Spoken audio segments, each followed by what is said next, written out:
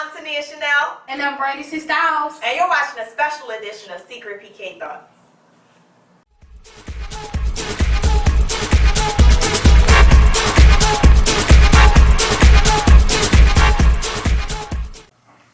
Today's topic is, what if that was my father? Or, what if that was my church?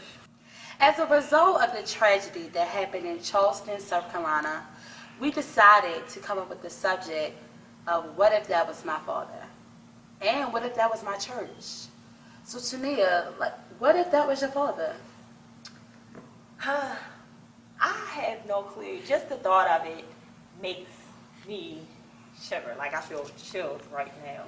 Yeah. My dad is known for also doing a lot of different funerals here in Baltimore, where gang members had died and tragic incidents. And I remember him telling me about one situation where a young man was murdered and an incident broke out in the funeral, and it ended up being a lot of fights, some shooting. And when he came home, my heart was just like, first I was like, oh God, thank you, he's safe. But at the same time, I was like, why would you go? Like, you knew what kind of situation this was. They told you what was the issue and how the young man passed. And I was really angry at that. But my father talked to me and he said that his mission is not for those that have passed, but for those that have been left behind. And in him saying that, I found a little bit of comfort. But at the same time, you know, being a PK, sometimes you want to be selfish. Yeah. Because we miss out a lot on our parents sometimes with them doing ministry with other families. So it brings a pull. You know, it's like, do I want to be selfish and say, Dad, I need you here? Or do you release them for them to do what they have to do in other people's lives? And I know a big thing for me was a lot of kids in the neighborhood, their father wasn't there. So I was sacrificing my time with my dad for those who didn't have a dad.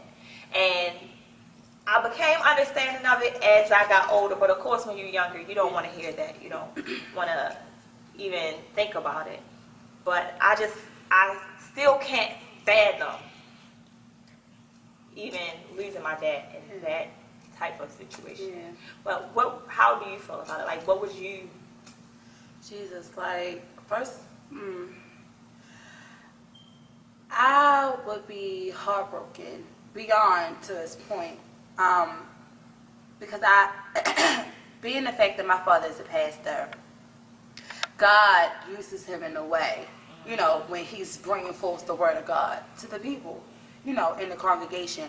And sometimes people don't like to hear what they have to say, and yes, they don't understand that it's God that's using him, that's giving him the message. They think it's him.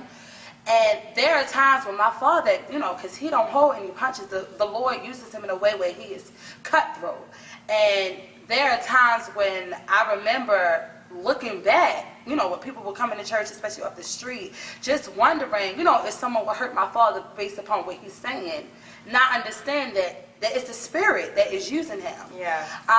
So, you know, just being as a PK and our family in that type of position, it's hard because Lord knows I don't want to think as a young woman or as a young child, you know, thinking that my father or mother is living in the Word of God and God is using them in a way to help the community but get killed for it. That's huge. So we just finished talking about what if that was our father coming from the point of PKs. But the next question is, what if it was your church? A lot of churches now are pretty on the ins and outs. I'm feeling nervous. So what if it was your church? I believe if it was my church, I would try to keep my church encouraged.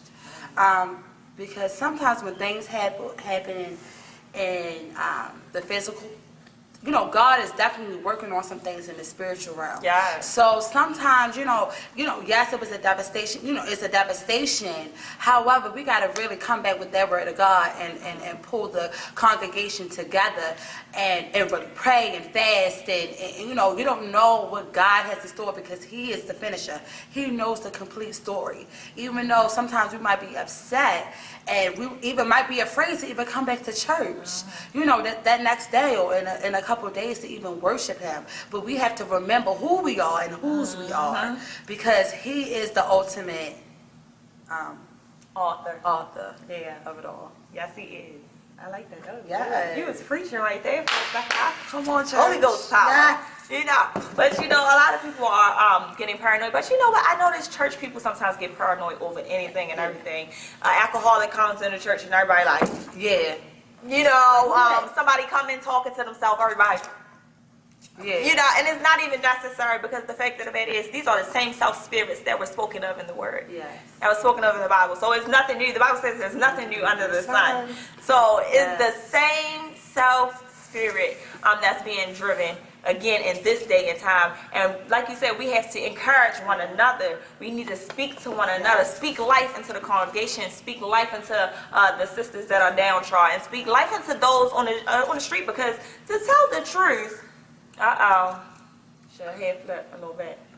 To tell the truth, the church is not for us. Yeah, it's not. The church is for those that are out on the highways and byways, and we're supposed to go and bid them. Thank you for watching the special edition of Secret PK Thoughts. Our next topic will be church thoughts.